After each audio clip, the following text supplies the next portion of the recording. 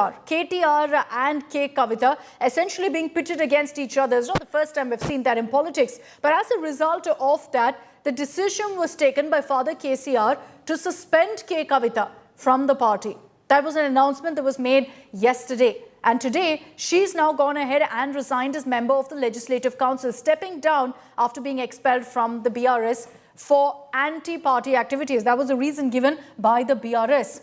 Now, it's not really surprising for anyone who's tracked really political developments in the BRS. Many would have said this was coming, that there were rumblings that suggested that Kavitha wasn't on the best footing within the party and within the family itself.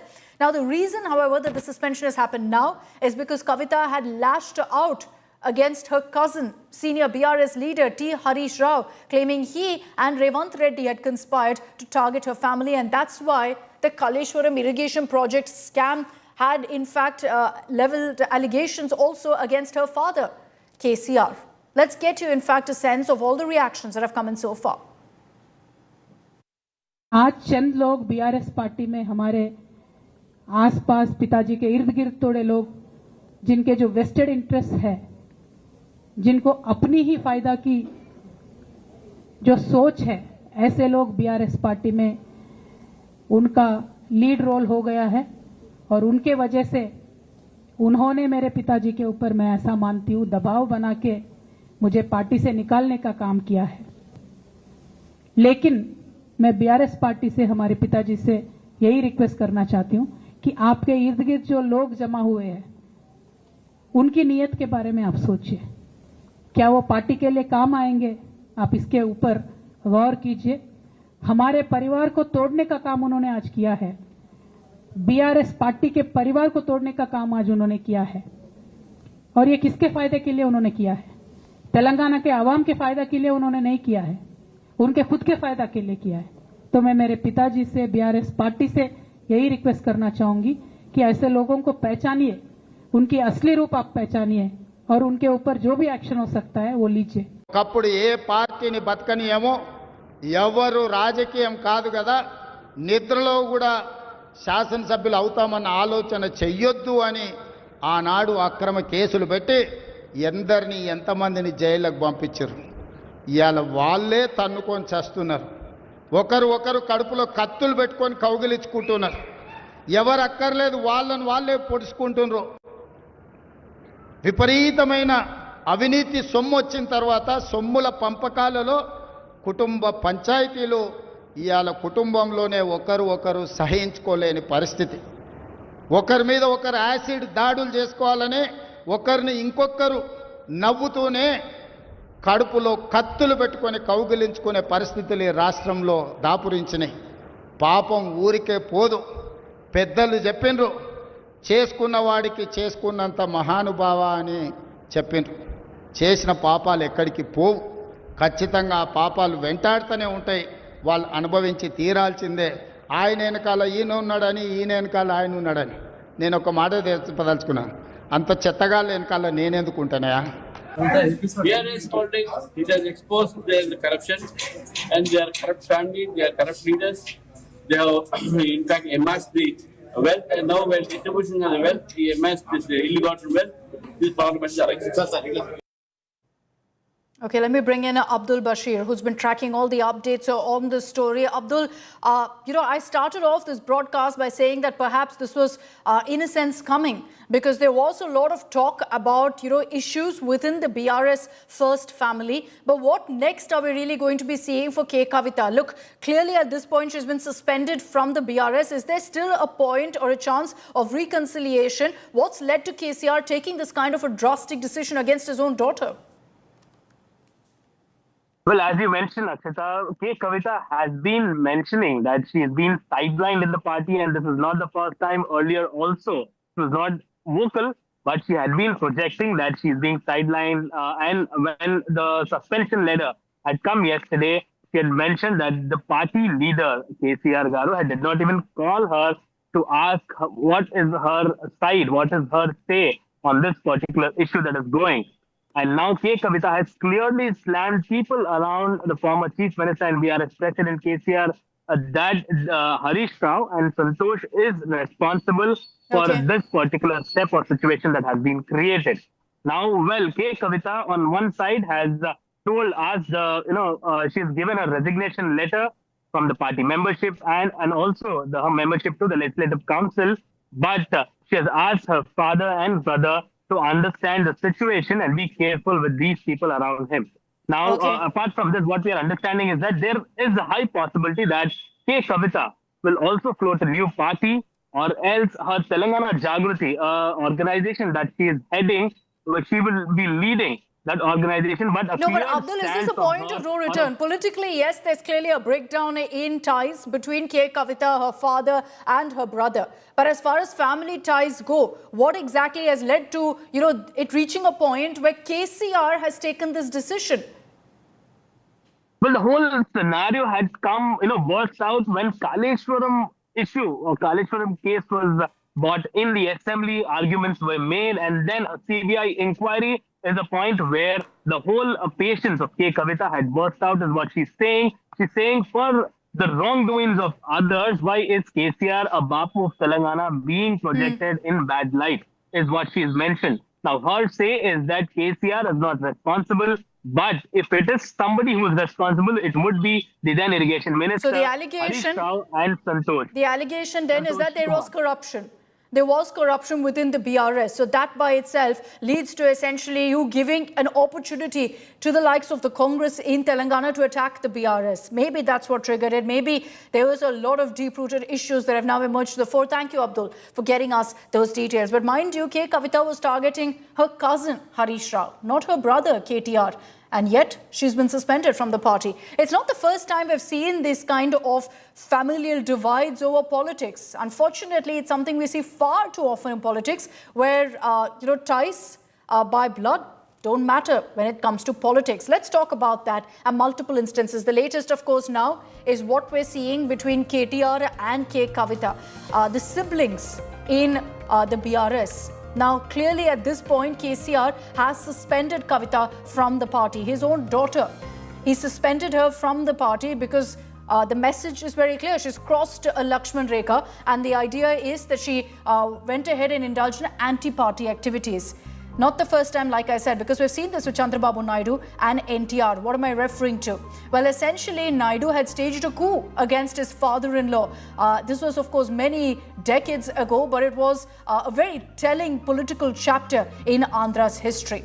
Even now, in the YSRCP in Andhra Pradesh, Jagan Mohan Reddy and his sister, YS Sharmila, also fighting it out. Fallout over personal differences that's led to political differences as well. So YS Sharmila is part of the Andhra Congress and Jagan Mohan Reddy with the YSRCP. YS Sharmila has always alleged that her brother never let her be a part of politics, which is why she took that route. So it's not a new story by any measure in South politics, particularly in the Telugu states. Let me bring in on this broadcast Kalyani Shankar, political analyst. We'll also have with us King Suknag in just a bit. Kalyani Shankar, thank you very much for your time. What do you make of this development? From the beginning of this broadcast, I've been saying, ma'am, that this was in a sense a long time coming. Do you think so too?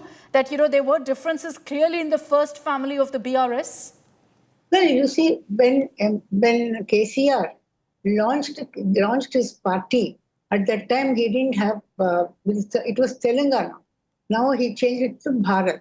So he had a grand idea of becoming the Prime Minister and then keeping the daughter with him in Delhi as an MP and then the son KTR Telangana. So that was his grand plan. But somehow it didn't work out.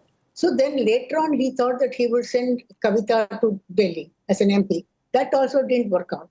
Then KTR has been with him all the time. He's been grooming him. He was with all the decisions he's taken. And Harsh also is with KCR. And the problem now is that they have reached a stage where that they cannot hold on anymore. The siblings are not together, then the nephews are not together. Mm-hmm. They have to find some way of finding a solution to this. So it was coming anyway it was coming, and it came just like that at this time. When it is making news, national news, otherwise, today, it wouldn't have got such a big show. I have a feeling that some people who are against KCR might help Kavitha. So she's not alone in all these things. So it could be Congress, it could be BJP, it could be anybody else, but then the anti-KCR forces might come together. As it is case, Telangana, I mean, BRS is not much in Telangana. Now BJP has taken Yeah. a second position there. No, So, but what do you think, all these- all Kalyani these Shankar? parties You know, are at this there, point, they this want- decision has been taken by KCR, and I'm sure it was a very tough one as a father to choose between both his children, because that's essentially the messaging here, that he's chosen KTR over Kavitha. But politically speaking, clearly at this point, you know, the choice seemed clear here, because the messaging always was that KTR is the political successor. Well, you see, KCR is ailing. He's not seen in public also. And he's not taking any decisions also now. So when that is the time that he has to decide whether the daughter or the son who could survive political pressure. So he must have, in his intelligence, he must have thought that KTR is a better bet. So he had decided on KCR. Okay, interesting. And what do you also think of what Kavitha has as far as her options go now going forward? Do you think that in all likelihood she's going to be launching her own political outfit, maybe joining hands with the BJP or the Congress in the state? Do you see that as a probability, or do you think that it hasn't reached a point where she can't get back into the BRS? Well, you have just said it. You see, Kavitha has lost her political, clout now. Because when she was in BRS, she was somebody there. Now she's out. Like Sharmila in the neighboring district had formed her own party, but saw that she couldn't survive, so she joined Congress. So Kavitha also might join a new party, and then later on she might join either or any of these parties. As I said earlier, anti-KCR forces might come to help her, and she, as a politician, has no more leeway than anybody else. My final question to you, ma'am, is also about, you know, women in politics. Very often when it comes to political successes and there's a man and woman pitted against each other, clearly there's a favorite there, which is the man. And there are multiple instances of that. If I were to look at Tamil Nadu, it was a similar formula that you referred to of state with the son, the daughter in Delhi. Similar formula that was attempted in Telangana. But is it a lot more harder for the women, for the daughters to kind of make their impact? Well, it is difficult to say why it happens, but this is a country where the families prefer the son to the daughter.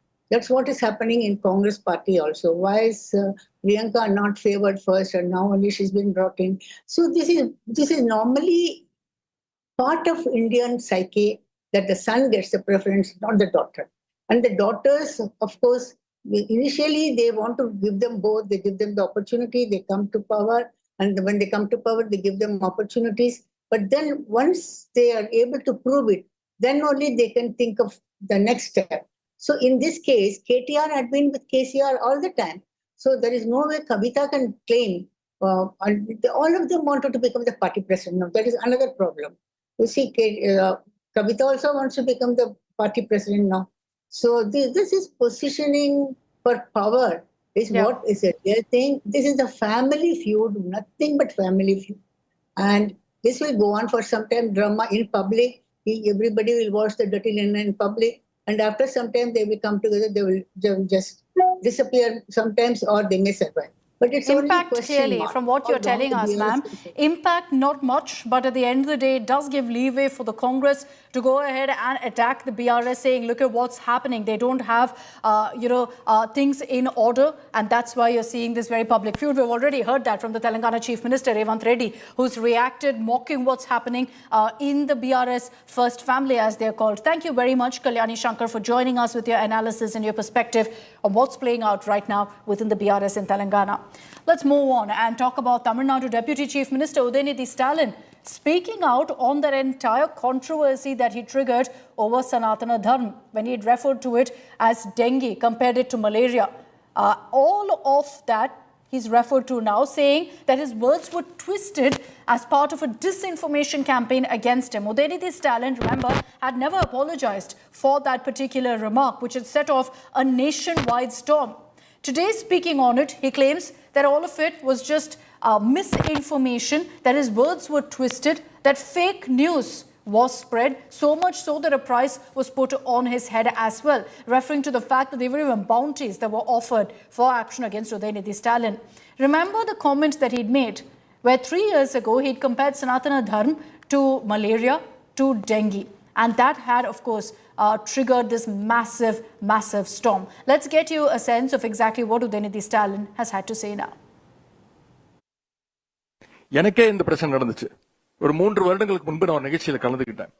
அந்த நிகழ்ச்சியில நான் பேசினது, பிறப்பால யாரும் உயர்ந்தவர் தாழ்ந்தவர் கிடையாது, பிறப்பால ஏற்றத்தாழ்வு கிடையாது, அப்படி ஒண்ணு இருந்துச்சுன்னா அதை ஒழிச்சு கட்டணும் அப்படின்னு பேசினேன். ஆனா அதையும் திருச்சு நான் ஒரு இனப்படுகொலையை தூண்டி விட்டுட்டேன், ஒரு ஜெனோசைட கலப்பி விட்டுட்டேன் அப்படின்னு என் மேலேயே பொய் செய்தி பரப்புனாங்க. என்னுடைய பேச்சை திருச்சு நான் சொல்லாத விஷயத்த சொன்னேன்னு ஒரு கும்பல் நாடு முழுக்க அந்த வதந்தியை பரப்புச்சு. அதுக்காக என்னுடைய தலையை சீவி கொண்டு வந்தா ஒரு சாமியார் 10 லட்சம் தரேன் அப்படின்னாரு. இன்னொரு சாமியார் அதுக்கு போட்டி போட்டுட்டு உதயநிதி தலையை சீவி கொண்டு வந்தா நான் 10 லட்சம் இல்ல 1 கோடி தரேன் அப்படின்னு என்னுடைய தலைக்கு விலை பேசினாங்க. உடனே மன்னிப்பு கேட்க சொன்னாங்க. நான் சொன்ன மன்னிப்பு கேட்க முடியாது, நீங்க யார வேணா போய் பாத்துக்கோ, எந்த கோர்ட்டுக்கு வேணா போ, எந்த வழக்கையும் சந்திக்க நான் தயார், நான் பேசினதுல எந்த தப்பும் கிடையாது அப்படின்னு. Okay, let's switch straight across to a mega exclusive here on India Today. Maria Shakil in conversation with the Karnataka Deputy Chief Minister, D.K. Shivkumar. Listen.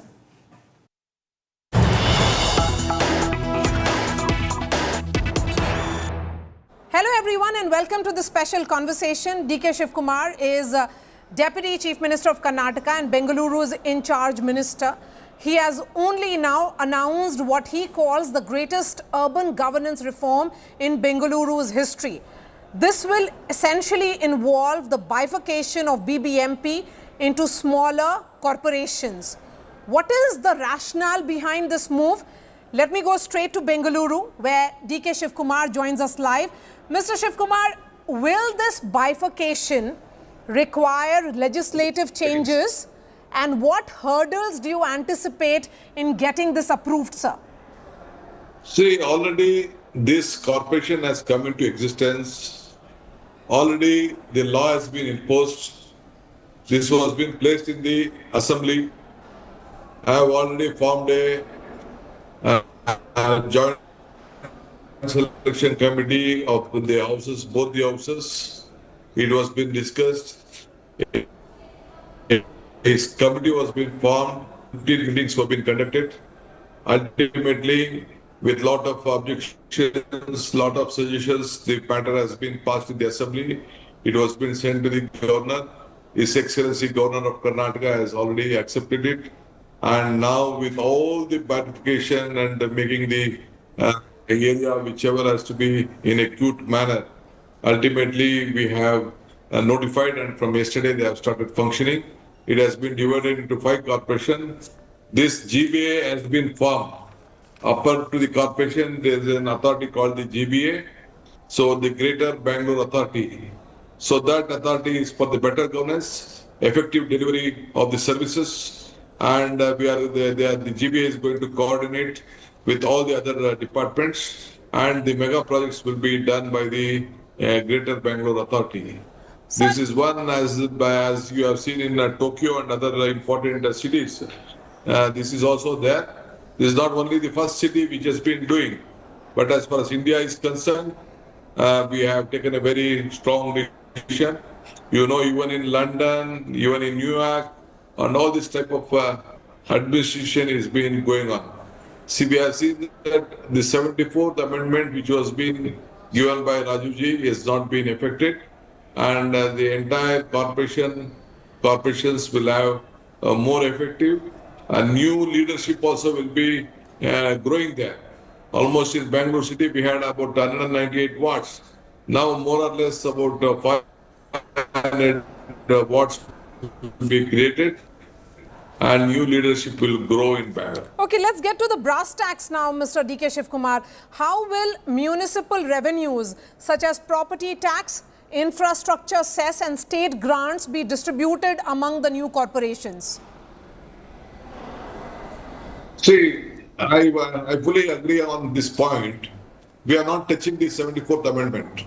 Though there are some areas, the very richer area, some area will be the less revenue area. But still, according to the population, we have divided it. If there is a richer area also, we will not take out the revenue from there and give to the area which has not been financially sound. There, the government of Karnataka will help those areas and we will allow them to function independently. This is a major thing. Number two, as far the taxes collection is concerned, on the same similar pattern, we have divided and the area has been, boundaries has been marked. They will work effectively and see that all the common man citizens can approach directly to the new corporations in their area which has been notified. And there will be more accuracy and accountability will be there on this issue. In terms of the new corporations, will they have their own mayor and administrative staff? And how will coordination be ensured between them? Of course, there will be a new mayor and the mayor term will be about 2.5 years. New elections will be conducted by the Election Commission, State Election Commission. The process is on, the delimitation is on. And we'll give them autonomy as what is there in the 74th Amendment. The government will not involve in that. But only as far as the GBA is concerned, for the major projects, the GBA has been done for the effective delivery of these services to the people of Bangalore. So how will this reform then ensure that those zones which were historically neglected receive the same level of services as central Bengaluru? See, I'm telling you, there are three important issues. One is as far as the document and property owners of Bangalore. We have come out with a new policy that everyone will be given e-Khata with their photo, with the identification of the building, with all the details and everything. They have to pay the tax correctly. Anyone who owns the property can look at their property, whether the property lies with them or not. It is purely computerized and scanning of the document has been done and it is done in a very transparent way as far as number one is concerned. Number two, while they have to pay the taxes to that, no one can cheat the government or we don't want to take any extra from them. Whatever the area is there, there is a thumb rule in that. I think they will have to pay the taxes to the corporation. The major issue is that on the urban planning issue, now the GBA will have the authority on the planning of Bangalore because as you know, this is a very important city in all over the world is looking at Bangalore and we wanted to see that very effective governance is being given here and this 74th Amendment is implemented in a very disciplined manner. Some may view this as consolidating political influence in certain zones. Then how do you assure citizens that this is purely a governance reform, not political? No, I'm not looking at politics. Politics is next. We want the people of Karnataka, the people of Bangalore to be very important. See, almost 25% of the population stays in Bangalore and about almost 10 to 12% of the people every day come to Bangalore. This is the strength of Bangalore and people from all over the world are coming here. You know that the IT sector is being boomed here, about more than 25 lakhs of IT professionals working. In California, about 13 lakhs are working, 1.3 million is working. Here, 2.5 million are working. So we want to see that this city will give a better service in all levels. And everyone who works on all the techies, everyone would like to own a property, they would like to own a flat, they wanted to be their own this one. So we are working out. Mr. D.K. Shivkumar, if successful in Bengaluru, do you see this model being replicated in other large cities of Karnataka like Mysuru or Mangaluru? Sure, Bangalore is not a city. The entire country will look at it. It may be a different part of the country. I don't want to know about their cities. But big cities will have to take this type of model. This has been worked out and I think I'm getting calls from all over the country. Different administrators are coming out and telling about this is a great model which Karnataka has looked at and even which is already there in the international arena. This model is there. I think it will help. As far as Karnataka is concerned, this is one of the biggest city which we can try on this model. All right, D.K. Shivkumar, thank you so much for your time and thank you for sharing details of what you are seeing as the biggest urban governance reform in Bengaluru. Thank you, madam. Thank you.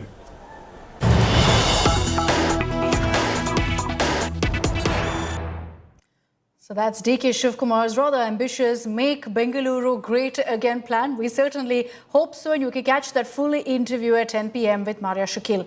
I'm slipping into a short break here on India Today. On the other side, as promised, we'll get you all of the updates on what's the current situation in Delhi. The Yamuna river levels continue to steadily rise. Are we going to see parts of the national capital being swallowed up whole by the Yamuna? We'll tell you in just a bit.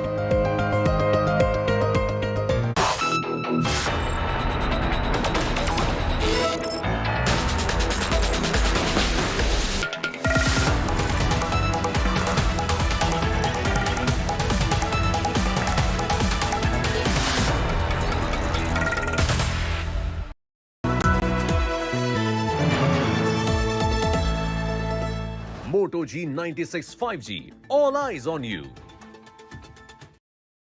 I choose a world where we dream, and the limit is the sky. And this world is my home where I'm living my best. Mindfully crafted home decor fabrics. Sansar, a D-Decor brand. Live consciously.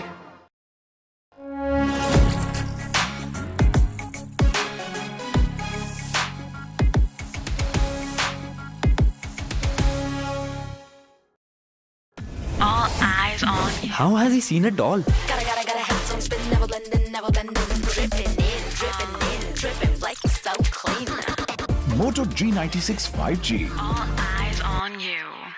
Hello, Moto. Moto G96 5G. All eyes on you. Hi, here are the top headlines presented by Motorola. PM Modi inaugurates 4th edition of Semicon India 2025 in Delhi. Police register FIRs against Maratha protesters at Marine Drive. Raghav Chadha announces Rs 3.25 crore relief for Punjab floods. India's longest-standing biannual survey, India Today Mood of the Nation. How many seats for BJP if elections were held today? How do you rate Operation Sindoor? How is the opposition performing? Who is India's best chief minister? Who should be the next prime minister? India Today Mood of the Nation has the answers. Don't miss out. 500 rupees off on all digital and print plus digital plans.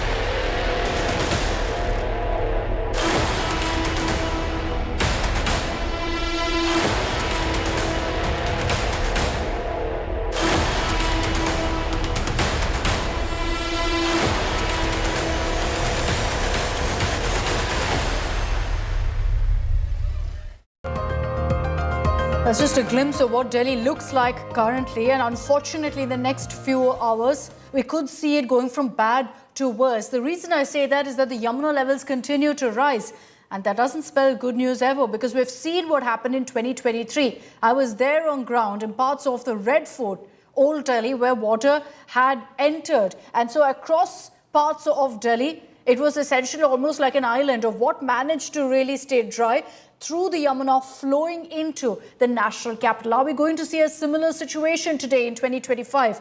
Right now, there are parts along the Yamuna which are encroachments, let's face it, all completely underwater right now. Hopefully, we don't see the water now entering into parts of Delhi. But with the water level continuing to go up, the latest bulletin suggests that it's definitely risen in the last few hours.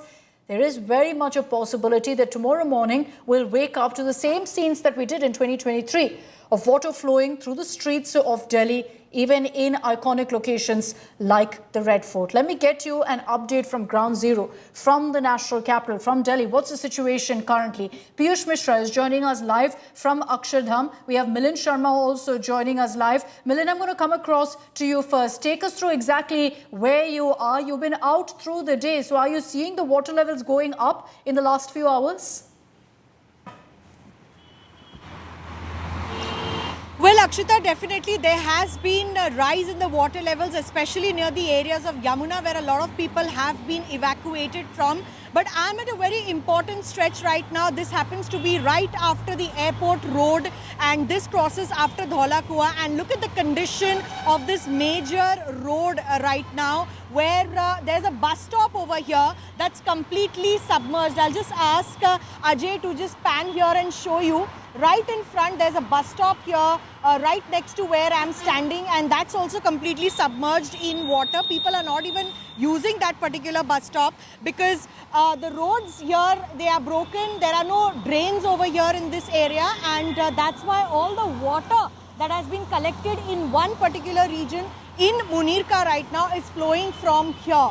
And this is the condition of roads right now, Akshita. It's not even raining as much today. There was incremental rain, predicted by the IMD. But Delhi remains in the red alert category throughout the day for the last 3 days. And with a little bit of rain as well. This is the condition of roads right now in the national capital, where cars that are crossing from this particular road have to wade through enough water that can lead to damage to your cars as well. And of course, a lot of people have to face problems. As I was showing you, the bus stop there, if Ajay would just pan the camera from this side. So there's nobody standing at the bus stop. They have to stand right on the road there to wait for buses to come. But this is, the current condition of the waters that are not receding also in the national capital region. And where does it recede to? Because, your drains are blocked. The Yamuna is already overflowing. That's the biggest challenge, that if it rains even more, you'll see water levels going up, courtesy the rain, plus the Yamuna continuing to flow into Delhi. And I want to get an update from Piyush Mishra on the Yamuna water levels. He's joining us live from the banks of the Yamuna. I'm sure those areas are completely inundated. The worry now, Piyush, is beyond the banks of the Yamuna. It's the heart of the national capital, and whether that too will get flooded in the next few hours.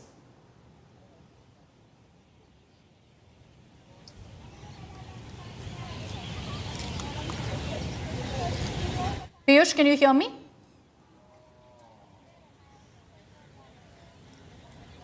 Apologies. We're going to reconnect with Piyush. Give us a few moments there, as Piyush is there close to the Yamuna to get us that live update. We'll cut across to him in just a bit. In the meanwhile, take a look at these ground reports filed by my colleague Sneha Mordani. She's been through the day tracking the situation in some of the worst affected parts where people are being evacuated right now. The Delhi government says, look, we're fully prepared. We will ensure minimum damage to life and property. But what's the situation on the ground? Take a look at this.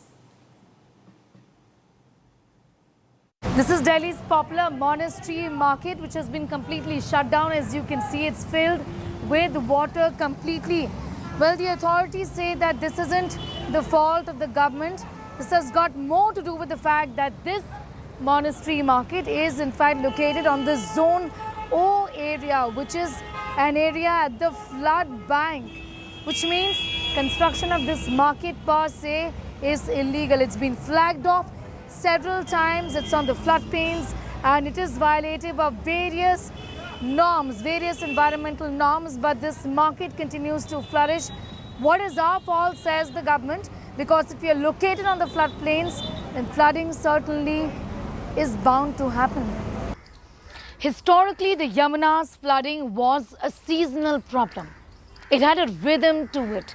Destructive, yes, it brought in destruction, but at least there was a seasonal pattern to this. that rhythm has now been disrupted. Thanks to rapid urbanization, our relationship with nature, the manner in which man is destroying nature, the misuse of floodplains, our drainage systems, overpopulation in areas from where the rivers really flow. All of this have really messed around with the seasonal rhythmic disruption of the river. And that's where the problem really has started. To add to it, climate change has worsened things for us over the last few years. This is the same place where I was standing yesterday. Things have changed drastically. To give our viewers an overview of how this area in the Yamuna Bazaar looks at this point in time, completely inundated in water. Someone like me was standing in the water yesterday, and the water came up to my knee level. But if I were to do the same today, right here in this water, I would drown. And this explains why everybody has abandoned their homes. The residents of the Yamuna Bazaar area are not at home at this point in time. They've been forced to leave their homes. These are proper houses that have been built at the banks of the river. This, of course, is an encroachment which the authorities say should have not been there to begin with. This is the Yamuna Bazaar area, which is in fact one of the worst affected areas in the national capital right now. A team of the NDRF is on standby to see if things get worse and if they need to step in and then help the people living in this area who've anyway been dislocated. Arrangements being made just in case the water then comes to the road. These sacks of sand would help them reduce the impact of the flow of the water. Washrooms have been set up, temporary setups like this for the people living in this area who have been completely displaced. Also, what you can see right now is that these temporary shelters have been set up. The people living here, they live in the Yamuna Bazaar embankment, and right now they are living in these temporary shelters that have been set up. कहाँ के रहने वाले हैं आप? क्या उस तरफ आप नदी के सामने रहते हैं? जी मैम। यहाँ टेंट पे आए हैं, कैसे सुविधा है? सही है मैम, बढ़िया सुविधा है, कोई दिक्कत नहीं है मैम। ये सरकार की तरफ से बोला जा रहा है कि वहाँ पर लोगों को रहना ही नहीं चाहिए। हमने कई बार बोला है कि वहाँ पर रहे ना। आप क्या कहेंगे इस बारे में कि एंक्रोचमेंट है वो लैंड? मैम और कोई व्यवस्था नहीं है हमारे पास, इसलिए यहाँ रह रहे हैं और कोई। अगर आपको सरकार हेल्प करके दे और आपको अगर ऑल्टरनेटिव कोई जगह दे तो आप यहाँ से निकल जाएंगे? बिल्कुल बिल्कुल। ये तो हर साल की कहानी है, पानी ऊपर तक आता है। हाँ जी हाँ जी हाँ जी। Okay, this is how people are getting inside their homes right now. Unless you do this, you'll not have an idea about how difficult and scary this is. This is really not funny. Imagine if I were to fall in this water. Well, I've already got a glimpse of how it feels on your feet. It's dirty, it's water from the washrooms, it's got urine, it's got stool, and then to deal with this, to do this, to get inside your homes. This is how people are living in the national capital. It's not just shocking, it's just so sad on how pathetic the situation really is for the people. If you have a rooftop, then you are alive and at least you are dry like these people. Most people living right below here don't even have that luxury. कैसे रह रहे हैं यहाँ पर? मैं तो देख रही हूँ इतना मुश्किल है घर के अंदर आना जाना। पता था आपको ये सारा पानी ऐसे भर जाएगा भैया? जी, ये तो 2023 में भी ओवरफ्लो कर गया था ये दीवार जो है पूरा। फिर भी यहाँ पे मेन समस्या है बच्चों की है, आगे पीछे जगह नहीं है कहीं टेंट में। अब यहाँ मजबूरी में काटना पड़ रहा है, सामान भी है सारे। टेंट बहुत सारा भर गया है क्या उस तरफ में? है ही नहीं, 15-20 है, सैकड़ों। हर घाट में 22 लोग रहते हैं, मेंबर फैमिली रहती है। अब उसमें ये 20-22 टेंट मुश्किल से लगे हैं, 32 घाट हैं, कहाँ से क्या होगा? सरकार से उम्मीद क्या है ये थोड़ा बताएं कि आप चाहते हैं? अभी तक तो कुछ नहीं पता है, हमें कुछ नहीं पता कि सरकार क्या कर रही है। अब आगे भगवान जाने, क्योंकि अगले 48 घंटे तक ये इसी में बच्चे बीमार हो रहे हैं। हमारा अभी एक लड़का मेरा है, उसकी तबीयत खराब है, रात से ही लेके गए हैं डॉक्टर को दिखाने। जी, इससे पानी वानी गंदा है इसलिए तबीयत खराब है। सर्दी खांसी, हाँ, घबराहट, चक्कर, बेचैनी उसको है। For those residents, they're saying that this is unfortunately normal for them. And many of these buildings you see there, they're encroachments. They're built literally on the Yamuna. And yet authorities do nothing to address these encroachments, and which is why you see these people suffering every year round. I want to bring in Piyush Mishra. He's joining us live from the banks of the Yamuna, which I'm sure is underwater right now. But Piyush, what's the water level at the Yamuna right now? What's the government saying? Are we going to be seeing inundation through central Delhi, through parts of old Delhi come tonight? Well, Akshita, the government is saying that it is putting all its efforts to ensure that such things do not happen, and the situation like 2023 does not arise once again, and for that all steps are being taken. Right now I'm present at Yamuna Khadar, which is right next to Akshardham, and this entire area, the entire stretch is submerged in water. I would ask my video journalist to show you the visuals as to how these are the temporary shelters where people used to live. Now they have vacated their houses. They have now gone on the roads. There are some tents erected for them, and you can see the pictures of these houses, the temporary houses which they have built here in Yamuna Khadar, and these houses are completely submerged in water. Wherever you will see, you will only find water.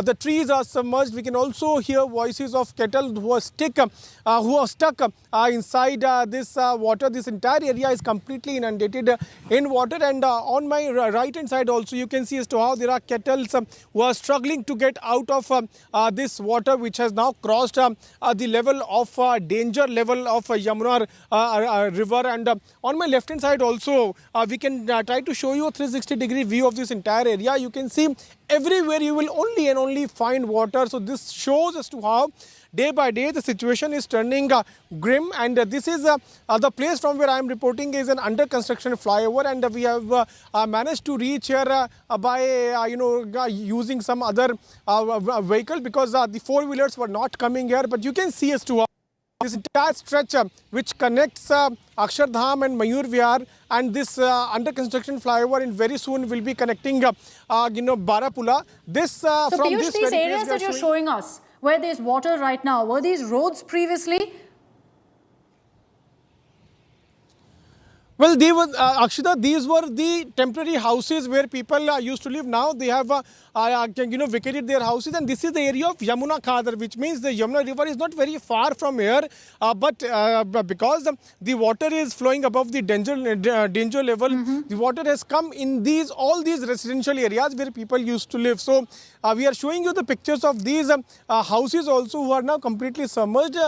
People have vacated all these houses, and they are also struggling there on the streets, on the main roads, main highways. They are now living in erected tents. The temporary tents have been erected by the government. But this shows as to how the condition is turning bad day by day. Last in 2023, when I had reported from the same area, I had seen as to how the water had come to this level. The trees were completely submerged, but still there is some sort of relief for people that this entire area is not completely submerged. But yes, I hope, Piyush, I hope that doesn't happen in the coming days. You were there, I remember, in 2023 reporting from the ground, and we saw how quickly the situation changed. We saw how in a matter of hours, when we thought the situation was under control, suddenly all around us there was water, literally like we were living in an island. And I get that sense from your report right now as well when I see water all around. I'm just hoping that those water levels don't go up further, because that will mean supremely bad news for Delhiites. So we're going to keep our fingers crossed that there's no more rainfall. But even if that's not the case, water being released will still pose a big problem, because this is not rainwater that's accumulating. It's the Yamuna literally flowing into Delhi, because it's the same old issue of encroachments that hasn't been addressed. There's no place for the Yamuna to flow. It flows into the city. Piyush, thanks for the moment for joining us with that report. We're going to be in touch with you, Piyush, and all of my colleagues will continue tracking the situation very closely and getting you constant live updates on the situation in the national capital. Like I said, we're hoping that it's not a repeat of 2023. That's all we have time for in this edition of Super 6. Thanks very much for tuning in. On the other side of a very short break is To The Point with Preeti Chaudhary. She's going to be putting the focus on the GST Council meet. GST reforms are expected, will be announced very soon, is what our sources tell us. All those details coming your way.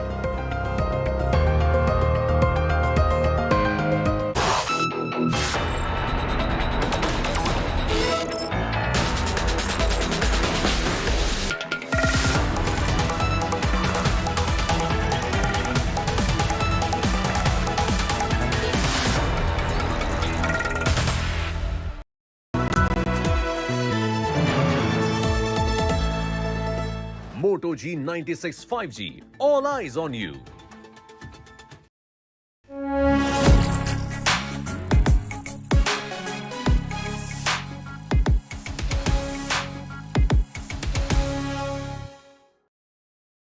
All eyes on you. How has he seen it all? Gotta head on spin, never blending, dripping in, dripping like so clean. Moto G96 5G. All eyes on you. Hello, Moto.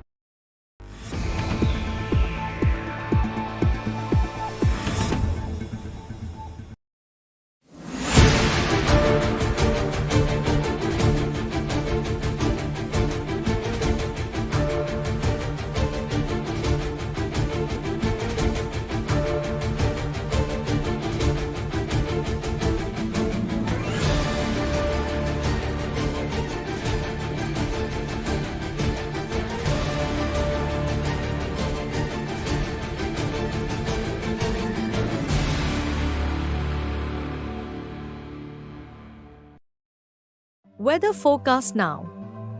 Delhi, maximum 28 and minimum 23 degrees. Mumbai, maximum 28 and minimum 26 degrees. Kolkata, maximum 30 and minimum 25 degrees. Bangalore, maximum 27 and minimum 19 degrees. Chennai, maximum 33 and minimum 27 degrees. Hyderabad, maximum 29 and minimum 22 degrees.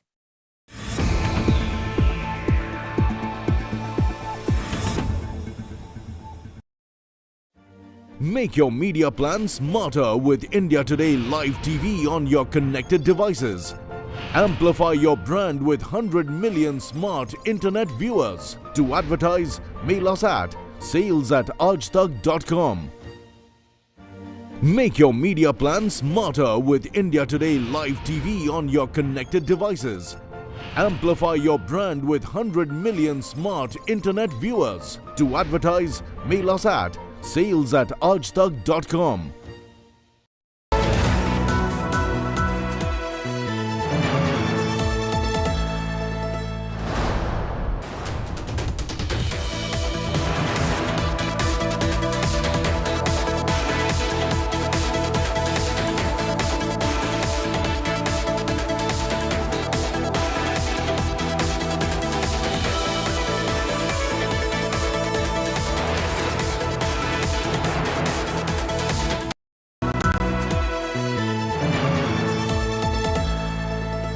Moto G96 5G. All eyes on you.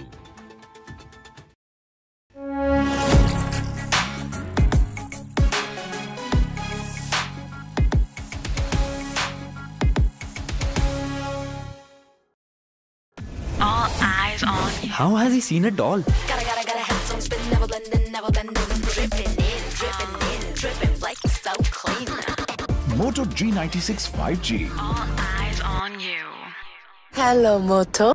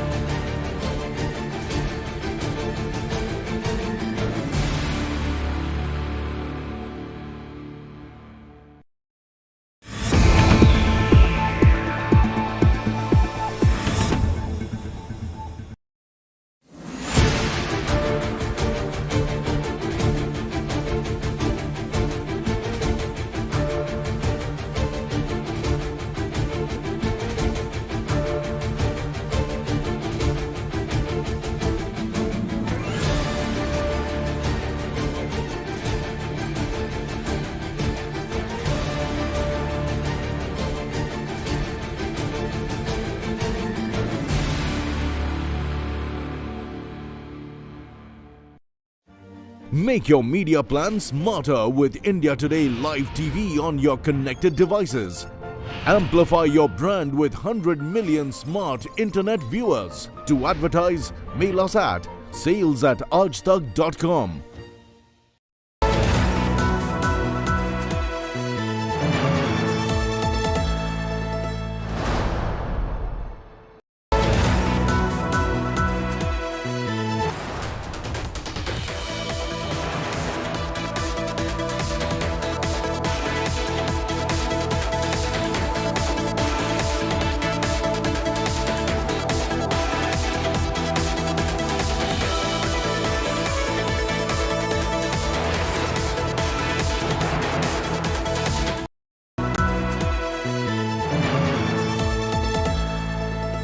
Moto G96 5G. All eyes on you.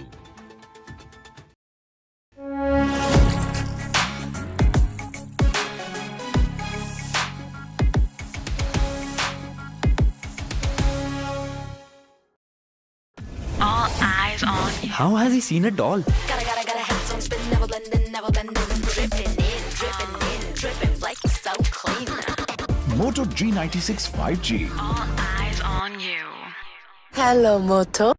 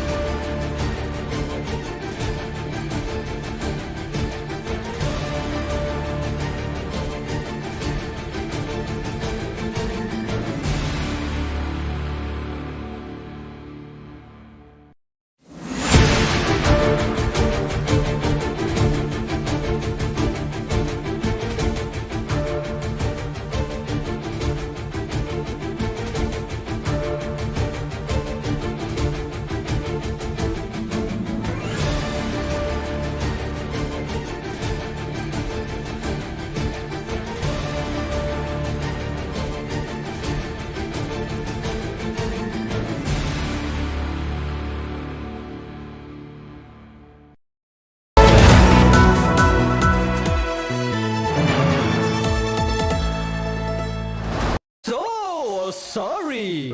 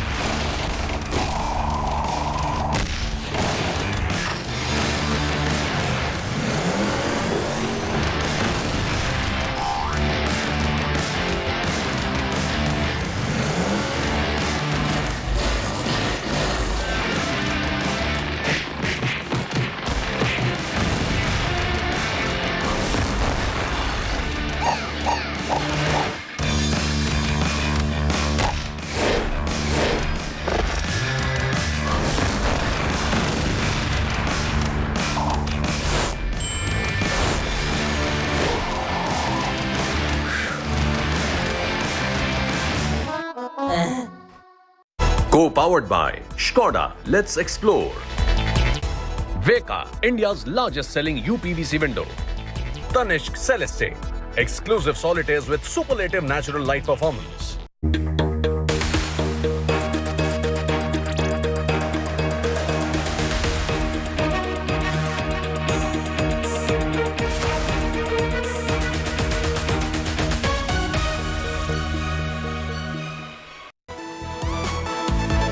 Good evening, you're watching To The Point. I'm Preeti Chaudhary. We have two big debates lined up for you. But first up, as usual, allow me to take you through the headlines. Yamuna River continues to swell. Several areas inundated. Over 10,000 people shifted to relief camps. Water continuously being released from Hathni Kund Barrage in Haryana.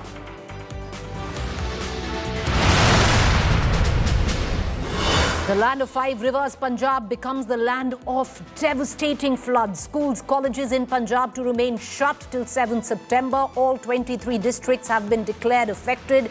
Over 350,000 people have been impacted. 30 fatalities reported till now, the worst floods in 4 decades.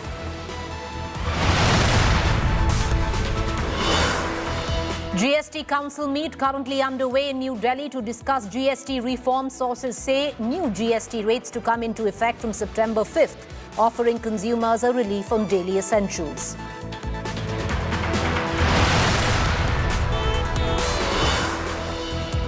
Congress versus Congress Nataka rages on. Sacked Neta K.N. Rajanna loyalists hit out at DK Shiv Kumar. Rajanna camp alleges DKS conspired against them.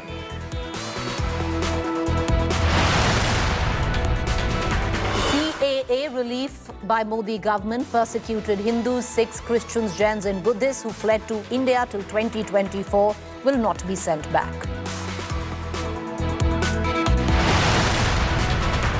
Tamil Nadu Deputy CM Udayanidhi Stalin's big claim on Sanatan Dharm Rao claims his words were twisted. Says BJP is a fake news factory.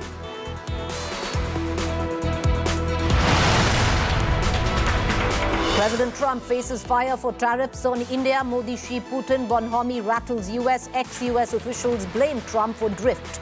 Union Mantri's big claim on trade deal. Piyush Goyal says trade deal by November. How can I talk so?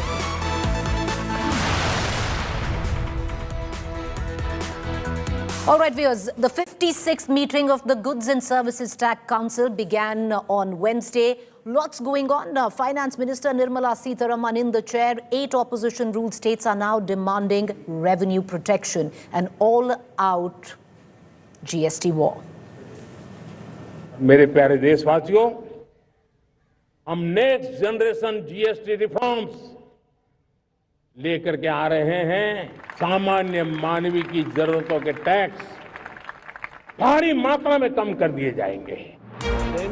19 days after the Prime Minister's Independence Day promise of a festive season bonanza for India's middle class, the GST Council is meeting to finalize the contours of this windfall.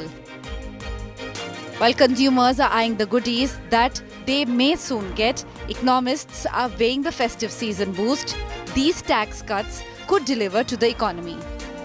Now, Business Today TV has learned that the centre and states may work to ensure that the benefits of the expected rate cuts are passed on immediately. This will happen soon. Now, whether it will happen on 21st of September, one is also hearing that it could happen midnight on September 5th itself. That, of course, the council will decide, but it's very clear that it will happen within next few days. In let's say next 10 days or so is expected, and I will not rule out the possibility of it happening from midnight on September 5th as well. Lower taxes could encourage spending and give the economy a push, but states worry about their already tight finances. Many opposition-led states such as West Bengal, Kerala, Tamil Nadu, Punjab, Telangana, Karnataka, Himachal Pradesh and Jharkhand have warned that without a clear compensation system, they will face serious financial stress. The opposition states have made it very clear that unless they have a path forward for covering their losses, which are going to be substantial, if it comes from the Prime Minister, it can't be less than 2 lakh crores in my judgment. Nirmala Sitharaman gave 1 lakh crore of bonanza or giveaway for the income tax. Prime Minister can't give you less than that. So if there is 2 lakh crore kind of hit coming to the states need to be covered. Now, how does it play? I expect this meeting not to be very smooth. There would be fireworks. A State Bank of India research report demolishes the belief that states will lose revenue under the new GST regime. The report projects states will remain net gainers with GST revenues, including devolution, estimated at over 14.10 lakh crore rupees this fiscal. While there may be an immediate dip of 3 to 4% in month-on-month collections, revenues are expected to rebound, sustaining 5 to 6% growth each month. The new GST regime, officials say, will also broaden the tax base, simplifying compliance, cutting red tape, and encouraging greater voluntary participation. Bureau Report, Business Today TV.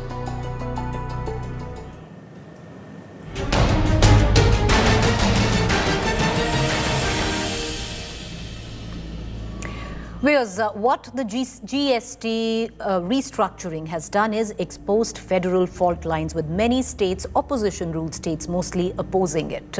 Let's take all these questions and all the apprehensions to our panel this evening. Joining me is Pattabhiram Koma Reddy, National Spokesperson TDP, Sanju Verma, National Spokesperson BJP, Dr. Ajoy Kumar, National Spokesperson Congress, Jasmine Shah, National Spokesperson Aam Aadmi Party.